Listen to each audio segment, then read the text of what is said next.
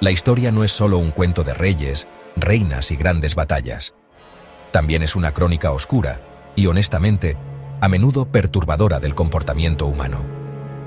Dentro de sus páginas, encontramos relatos de ingenio increíble y profunda compasión, pero también descubrimos una sombra persistente y escalofriante: el uso de la tortura. Esta práctica, la infligencia deliberada de dolor físico o psicológico severo, ha sido una herramienta de poder durante milenios. Ha sido utilizada por estados, instituciones religiosas e individuos para castigar, interrogar y aterrorizar. Entender esta faceta oscura de nuestro pasado no se trata de sensacionalismo. Se trata de confrontar las verdades incómodas de lo que las personas son capaces de hacer, bajo ciertos sistemas de creencias y estructuras de poder. Las razones para emplear métodos tan brutales son tan variadas como las culturas que los usaron. En muchas sociedades, el dolor era visto como un medio legítimo para extraer una confesión, considerada la reina de las pruebas. La lógica, por más defectuosa que fuera, era que un individuo no soportaría una agonía insoportable para proteger una mentira. La tortura también fue una poderosa herramienta de control social. Las ejecuciones y torturas públicas servían como espectáculos aterradores, diseñados para disuadir a otros de cometer crímenes similares o desafiar la autoridad. Eran una cruda y visceral muestra del poder del Estado sobre el cuerpo individual, una advertencia grabada en la memoria colectiva de la comunidad a través del horror puro. Los métodos mismos demuestran un nivel horripilante de creatividad. Fueron meticulosamente diseñados no solo para infligir dolor, sino para deshumanizar a la víctima y amplificar su sufrimiento de maneras calculadas. Desde dispositivos que dislocaban lentamente cada articulación, hasta métodos que aprovechaban el mundo natural para crear una muerte prolongada y agonizante, el ingenio es innegable y, bueno, profundamente inquietante. Estas prácticas no fueron actos aleatorios de crueldad, sino que a menudo fueron codificadas en la ley, con procedimientos e instrumentos específicos para diferentes supuestos crímenes. Esta institucionalización de la crueldad nos dice mucho sobre los valores y miedos de las sociedades pasadas y cómo veían la justicia, la verdad y el propio cuerpo humano. Mientras estamos aquí hoy, el 12 de julio de 2025, mirando hacia atrás, debemos abordar este tema con una mentalidad solemne y respetuosa. Las víctimas de estas prácticas eran personas reales, con familias, esperanzas y miedos. Su sufrimiento no era abstracto, era una cruda realidad que moldeó sistemas legales y filosofías durante siglos. Al examinar esta historia, obtenemos una apreciación más profunda por el desarrollo de los derechos humanos y la lucha continua para proteger la dignidad humana. Es un viaje sombrío, pero necesario para comprender el largo y difícil camino hacia un mundo más humano y la fragilidad de los principios que ahora valoramos. Entre los muchos inventos horribles diseñados para la tortura, pocos capturan la imaginación con un terror tan escalofriante como el toro de bronce. Este dispositivo era una estatua hueca de bronce, hecha con la forma y el tamaño exactos de un toro de verdad. Fue diseñado con una puerta en su costado, permitiendo que una persona condenada fuera colocada dentro. Luego se encendía un fuego debajo de la bestia de metal. A medida que el bronce se calentaba, el interior se convertía en un horno, asando lentamente a la persona atrapada dentro. La crueldad de este método no estaba solo en la quema, sino en su diseño acústico, un detalle que revela un nivel de planificación verdaderamente sádico. El creador de este monstruoso dispositivo fue supuestamente Perilao de Atenas, quien lo presentó a Fálaris, el tirano de Agrigento, en la antigua Sicilia, alrededor del año 560 a.C. Perilao había diseñado un complejo sistema de tubos y topes dentro de la cabeza del toro. Estos tubos estaban diseñados para transformar los gritos agonizantes de la víctima en sonidos que imitaban el bramido de un toro enfurecido. El humo de la carne quemada saldría por las fosas nasales del toro, completando la aterradora ilusión. Era una obra de arte escénica, un espectáculo espantoso, donde el sufrimiento humano se convertía en un rugido animal para la diversión del tirano y como una advertencia pública. La historia del toro de bronce está llena de una ironía sombría que dice mucho sobre la naturaleza del poder sin control. Según la leyenda, cuando Perilao presentó su invento, Fálaris quedó impresionado por el ingenio pero asqueado por la mente cruel del creador. Para probar el dispositivo acústico, el tirano ordenó que el propio Perilao fuera la primera víctima. Fue obligado a entrar y se encendió el fuego. Antes de que Perilao pudiera morir, Fálaris lo sacó, solo para luego arrojarlo por un acantilado. El tirano, al parecer, quería asegurarse de que una mente tan oscura no pudiera crear horrores para nadie más, o quizás simplemente quería la infamia para sí mismo. Finalmente, se dice que el propio Fálaris encontró su fin en el mismo toro de bronce que había usado para aterrorizar a sus súbditos. Cuando fue derrocado por un levantamiento popular, la gente de Agrigento supuestamente lo sometió a la misma suerte que él había infligido a tantos otros. Si esta historia es completamente precisa o un adorno posterior, sirve como una poderosa parábola histórica. El toro de bronce se convirtió en un símbolo no solo de crueldad extrema, sino también de cómo los instrumentos de la tiranía pueden eventualmente volverse contra los propios tiranos.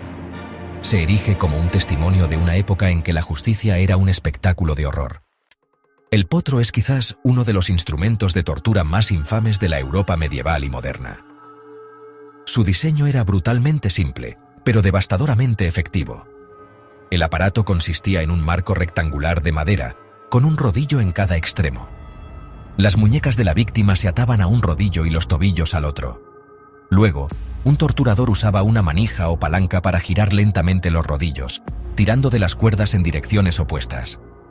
Esta acción estiraba el cuerpo de la víctima con una fuerza inmensa, creando un dolor creciente y atroz que era casi imposible de soportar por mucho tiempo.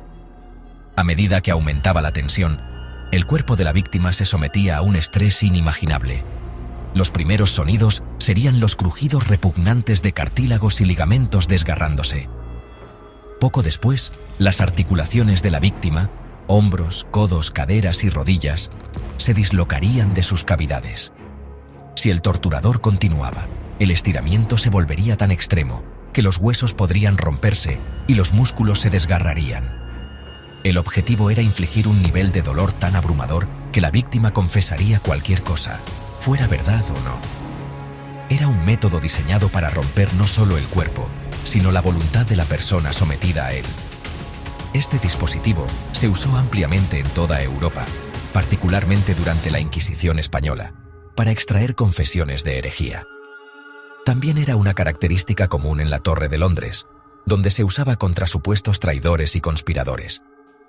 Uno de los relatos más famosos involucra a Guy Fawkes, el hombre arrestado por la conspiración de la pólvora de 1605. Después de días de interrogatorio, el rey Jacobo I autorizó el uso de la tortura. Fawkes fue sometido primero a las torturas más suaves, pero su resistencia llevó a sus interrogadores a usar el potro. Su firma en su confesión antes de la tortura es fuerte y clara. Su firma después es un garabato apenas legible, un testimonio de la ruina física que había soportado. La efectividad del potro para obtener información veraz es muy cuestionable. Bajo tal coacción extrema, las personas a menudo confesaban crímenes que no cometían, simplemente para que el dolor cesara. Implicarían a otros, lo que llevaría a círculos más amplios de arrestos y más torturas, creando un ciclo de acusación y sufrimiento que se autoperpetuaba. El potro era menos una herramienta para descubrir la verdad y más un instrumento para producir narrativas sancionadas por el Estado. Garantizaba una confesión, que luego podía usarse para justificar un veredicto predeterminado y una ejecución posterior, solidificando el poder del Estado o la Iglesia de la manera más brutal imaginable. De todos los métodos de tortura ideados por la mente humana, el escafismo, también conocido como los barcos, se destaca por su naturaleza singularmente grotesca y prolongada. Atribuido a los antiguos persas, este método era una forma de ejecución que aprovechaba el poder de la naturaleza para infligir una muerte lenta y agonizante. La víctima era colocada dentro de dos troncos ahuecados o barcos estrechos, que luego se unían, dejando solo la cabeza, las manos y los pies sobresaliendo. Estaban esencialmente atrapados en un recipiente que se convertiría en su ataúd, su comedero y su tumba, todo a la vez, en un proceso que podía durar semanas. Una vez que la víctima estaba asegurada, los verdugos comenzaban un régimen horrible. Alimentaban a la fuerza a la persona condenada con grandes cantidades de leche y miel. Esta rica mezcla induciría una diarrea severa, llenando el recipiente con excremento. La leche y la miel también se untaban por todas las partes expuestas del cuerpo de la víctima. la cara, los brazos y las piernas. Esta capa dulce y pegajosa, combinada con la suciedad acumulada dentro de los barcos, crearía una atracción irresistible para insectos de todo tipo. Moscas, avispas y escarabajos pulularían hacia la víctima, alimentándose de la miel y poniendo sus huevos en la carne de la persona. El verdadero horror del escafismo era su proceso deliberado y prolongado. La víctima se mantenía viva el mayor tiempo posible, con la alimentación forzada diaria, asegurando que no sucumbiera a la simple inanición o deshidratación. En cambio, se veían obligados a permanecer indefensos, mientras las alimañas los consumían de afuera hacia adentro. La gangrena y la sepsis inevitablemente se manifestarían a medida que los insectos se excavaban en su cuerpo, y las larvas eclosionarían y comenzarían a devorar su tejido vivo. El tormento psicológico de esta experiencia es casi imposible de comprender, completamente consciente mientras era lentamente devorado vivo, día tras día, bajo el sol abrasador. El historiador griego Plutarco proporciona uno de los relatos más famosos, aunque posiblemente embellecidos, de este castigo en su biografía de Artajerjes el II. Describe la ejecución de un soldado llamado Mitrídates, quien fue condenado al escafismo por supuestamente matar a Ciro el joven. Según Plutarco, Mitrídates sobrevivió durante 17 horribles días antes de que finalmente muriera por el choque séptico y el agotamiento causado por la implacable actividad de los insectos. El escafismo representa un pináculo de crueldad calculada, un método diseñado para maximizar el sufrimiento al volver el propio cuerpo de la víctima y el mundo natural contra ellos de la manera más espantosa imaginable. La Dama de Hierro es un ícono del horror medieval, un símbolo aterrador de la crueldad de una era pasada. El dispositivo se imagina como un sarcófago vertical a menudo con forma humana, construido de hierro. Su frente es una puerta con bisagras. El interior de este gabinete está tachonado con púas de hierro largas y afiladas. Cuando una persona era colocada dentro y la puerta se cerraba, estas púas perforaban su cuerpo desde múltiples direcciones. El diseño supuestamente fue calculado para asegurar que las púas no alcanzaran los órganos vitales, prolongando así la agonía de la víctima y evitando una muerte rápida. Se les dejaba desangrarse lentamente en el oscuro y estrecho confinamiento. A pesar de su poderosa y duradera imagen en la cultura popular, la realidad histórica de la Dama de Hierro es, compleja y ampliamente debatida por los historiadores. No hay, de hecho, evidencia sólida de que un instrumento llamado la Dama de Hierro fuera usado alguna vez como un método estándar de tortura durante la Edad Media. El ejemplo más famoso, la Dama de Hierro de Nuremberg, fue construida en el siglo XIX, mucho después de la era de tortura institucional que supuestamente representaba. Probablemente fue creada como una exhibición sensacionalista, combinando elementos de una túnica de tormento de la era romana con el diseño de un sarcófago para crear una atracción espeluznante para los visitantes de museos. El concepto en sí, sin embargo, puede tener raíces en relatos anteriores. El filósofo Agustín de Hipona, en su obra La ciudad de Dios, describió la ejecución del general romano Marco Atilio Régulo, quien supuestamente fue torturado hasta la muerte por los cartagineses. Supuestamente lo colocaron en una caja de madera ajustada, llena de clavos afilados, impidiéndole encontrar cualquier posición de descanso, hasta que murió por privación de sueño y sus heridas. Aunque no era un gabinete de hierro, este relato comparte el principio central de la muerte por 1000 cortes dentro de un espacio confinado, una idea que pudo haber inspirado fabricaciones posteriores.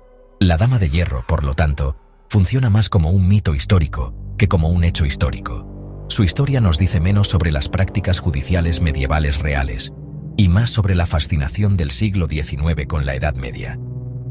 Fue un periodo en el que la gente miraba hacia atrás a la era medieval y proyectaba sus propias ideas de barbarie en ella, creando una narrativa de progreso que celebraba sus propios tiempos ilustrados. La Dama de Hierro se convirtió en un poderoso símbolo de esta narrativa, una representación tangible de un pasado que se imaginaba como brutal y cruel, incluso si el dispositivo en sí mismo era producto de una imaginación más moderna. La rueda para destrozar, también conocida como la rueda de Catalina, fue una forma brutal de ejecución pública usada desde la antigüedad hasta la época moderna temprana en Europa. Era una herramienta de castigo extremo, reservada para los crímenes más graves como asesinato con agravantes o traición. La sentencia no era solo la muerte, sino una destrucción lenta y agonizante del cuerpo humano, realizada frente a una multitud. La rueda misma era típicamente una gran rueda de madera con radios, similar a una de un carruaje.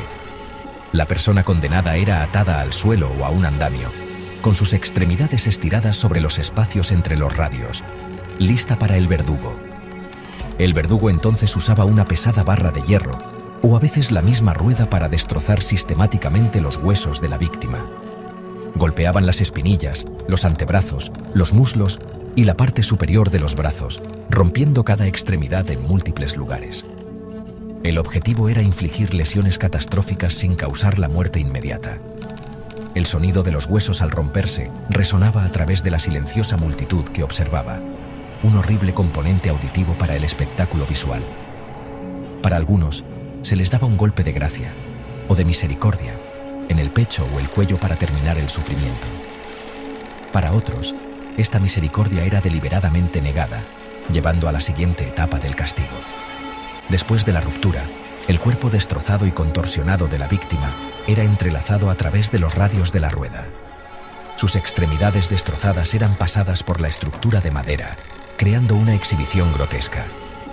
La rueda era entonces izada en un poste alto, dejando a la persona aún viva expuesta a los elementos y a la mirada pública.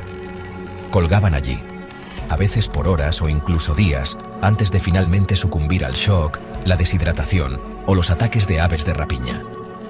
Era un castigo diseñado para ser la máxima disuasión, un mensaje claro de las horribles consecuencias de desafiar la ley. Esta forma de ejecución era una poderosa pieza de teatro estatal. Transformaba el cuerpo del criminal en un texto público, una historia de crimen y castigo escrita en huesos rotos y sangre. El espectáculo reforzaba el orden social, demostrando el poder absoluto de las autoridades para no solo quitar una vida, un acto relativamente simple, sino para deconstruir completamente a un ser humano de la manera más dolorosa y humillante posible. La rueda para destrozar servía como un recordatorio aterrador de que la justicia en esos tiempos no era meramente sobre la retribución. Era sobre demostrar poder a través de la aniquilación completa y pública del cuerpo y la dignidad de un delincuente. Aunque los instrumentos de tortura física son viscerales y horribles, no debemos pasar por alto la profunda crueldad del tormento psicológico. A menudo usadas junto con métodos físicos, estas técnicas fueron diseñadas para quebrar el espíritu de una persona, erosionar su sentido de sí misma y destruir su voluntad de resistir. Una de las formas más comunes y efectivas fue la privación del sueño. Obligar a un prisionero a permanecer despierto durante días o incluso semanas llevaría a alucinaciones, paranoia y un colapso completo de la función cognitiva. En este estado, una persona se vuelve altamente sugestionable e incapaz de distinguir entre la realidad y la ilusión, haciéndolos vulnerables a la manipulación y a las confesiones falsas. Otra poderosa herramienta psicológica fue el confinamiento solitario, especialmente cuando se combinaba con la privación sensorial. Colocar a una persona en una habitación oscura e insonorizada durante un periodo prolongado podría tener efectos devastadores en su estado mental. Los humanos somos criaturas sociales que dependemos de la información sensorial para orientarnos en el mundo. Sin luz, sonido o contacto humano, la mente puede empezar a volverse contra sí misma. Este aislamiento podría inducir ansiedad extrema, depresión y una pérdida de identidad. El silencio se vuelve ensordecedor y la oscuridad se convierte en un lienzo para los peores miedos del prisionero.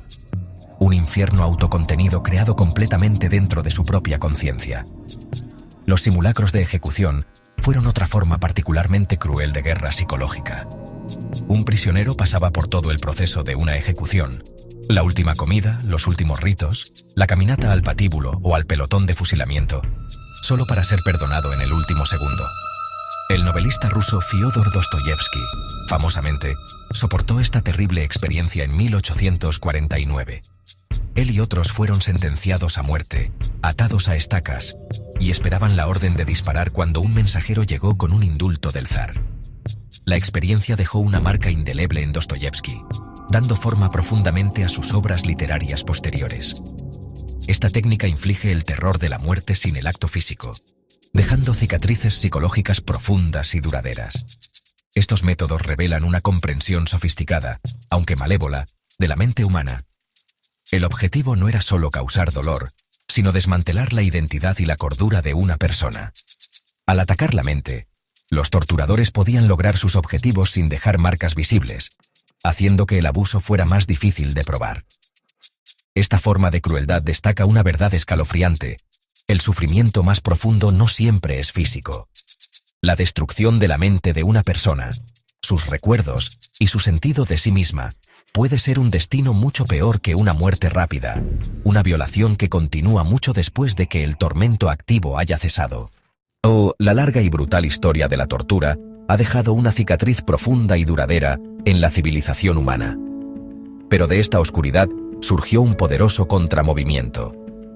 Los pensadores de la Ilustración, como Cesare Beccaria en su tratado de 1764, sobre los delitos y las penas, comenzaron a desafiar la base misma sobre la que se construyó la tortura institucional.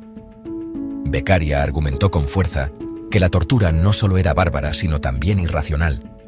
Señaló que una confesión obtenida bajo presión no tenía valor como evidencia, ya que una persona inocente confesaría cualquier cosa para detener el dolor, mientras que una persona culpable decidida podría soportarlo.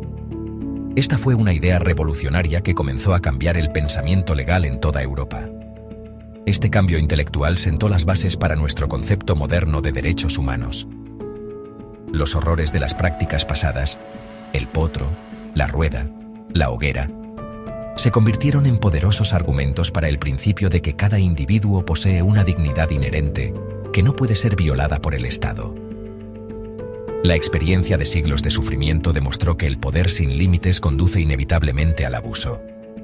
La idea de que debe haber restricciones sobre cómo un Estado puede tratar a una persona, incluso a una acusada de un crimen terrible, surgió directamente de la repulsión sentida hacia estas atrocidades históricas.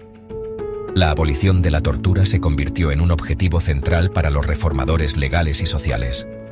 El siglo XX, con sus guerras mundiales y regímenes totalitarios, trajo un aterrador resurgimiento de la tortura sistemática, pero también produjo las más fuertes condenas internacionales de la práctica.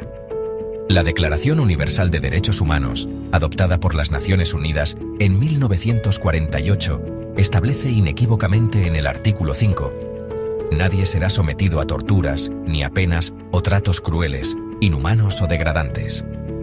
Este fue un momento histórico, codificando las lecciones aprendidas de siglos de brutalidad en el derecho internacional. Representó un consenso global de que tales prácticas eran fundamentalmente incompatibles con los principios de un mundo justo y civilizado. Hoy, el legado de esta historia continúa dando forma a nuestros debates legales y éticos. La lucha contra la tortura está lejos de terminar, y la definición de lo que constituye un trato cruel e inhumano todavía se discute. Sin embargo, nuestra comprensión del dolor, el sufrimiento y la empatía ha sido fundamentalmente alterada. Ya no vemos la infligir dolor como un camino legítimo hacia la verdad o la justicia. En cambio, lo vemos como un fracaso de la humanidad, una regresión a un tiempo más oscuro. Las historias de las víctimas del Toro de Bronce o la Inquisición española sirven como una advertencia permanente, recordándonos la importancia vital de defender los derechos humanos y la vigilancia constante necesaria para protegerlos. El viaje a través de la historia de la tortura es profundamente inquietante. Nos obliga a enfrentar las capacidades más oscuras del espíritu humano, nuestra capacidad para la crueldad calculada, nuestra habilidad para justificar actos indecibles en nombre de la justicia, la religión o la seguridad. El Toro de Bronce, el potro y la rueda no son meras curiosidades históricas, son monumentos a un pasado donde el cuerpo humano era un lienzo para la aterradora expresión del poder. Demuestran que, sin fuertes barreras éticas y legales, las sociedades pueden adoptar fácilmente métodos que deshumanizan tanto a la víctima como al perpetrador, creando ciclos de violencia y terror que dejan heridas profundas en la psique colectiva. Examinar estos métodos horribles revela un defecto fundamental en su lógica. Rara vez fueron efectivos en su objetivo declarado de descubrir la verdad. En cambio, fueron instrumentos de control, diseñados para producir confesiones que validaran la autoridad del Estado o la Iglesia. El dolor que infligían era tan absoluto que borraba la distinción entre culpa e inocencia, generando cualquier respuesta que el torturador deseara escuchar. Esta historia nos enseña una lección crucial. La coerción y la violencia no son caminos hacia la verdad. Son herramientas para fabricar el consentimiento y silenciar la disidencia, corrompiendo en última instancia la idea misma de justicia que pretenden servir. La evolución desde la aceptación de la tortura hasta su condena universal marca uno de los avances morales más significativos en la historia humana. Este cambio no fue inevitable. Fue el resultado de siglos de debate filosófico, reforma legal y un creciente sentido de humanidad compartida. El desarrollo de conceptos como los derechos humanos universales y la dignidad inherente de la persona son la antítesis directa de la lógica de la cámara de tortura. Representan una elección consciente para construir un mundo donde la empatía triunfe sobre la crueldad y donde el Estado de Derecho proteja al individuo de la violencia arbitraria de los poderosos. En última instancia, estudiar esta oscura historia es una solemne responsabilidad. Es una forma de dar testimonio del sufrimiento de innumerables víctimas, cuyas historias de otro modo podrían ser olvidadas. Sirve como un recordatorio poderoso y necesario de lo que está en juego en nuestro compromiso continuo con los derechos humanos. Los fantasmas del pasado nos advierten que el progreso no es permanente y que los principios de la dignidad humana deben ser defendidos activamente por cada generación. Las lecciones de estos horrores, escritas con sangre y sufrimiento, nos obligan a permanecer vigilantes, a desafiar la crueldad en todas sus formas y a luchar por un futuro donde tal barbarie esté verdaderamente confinada a las páginas de la historia.